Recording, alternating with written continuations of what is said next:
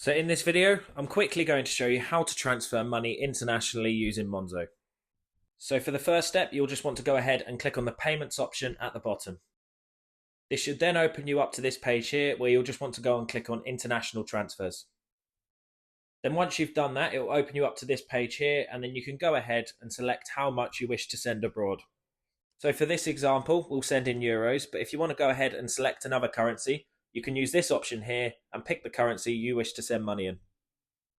Then once you've selected how much you wish to send, you can then go ahead and add your new contact payee. And then once you've done that, you can then enter the details of the bank account that you wish to send money abroad to.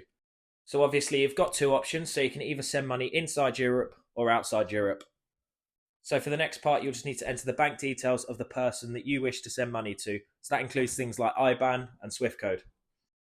And then obviously before you send, you'll need to select the country. So you can use this drop-down menu here to select the country that you wish to send money to.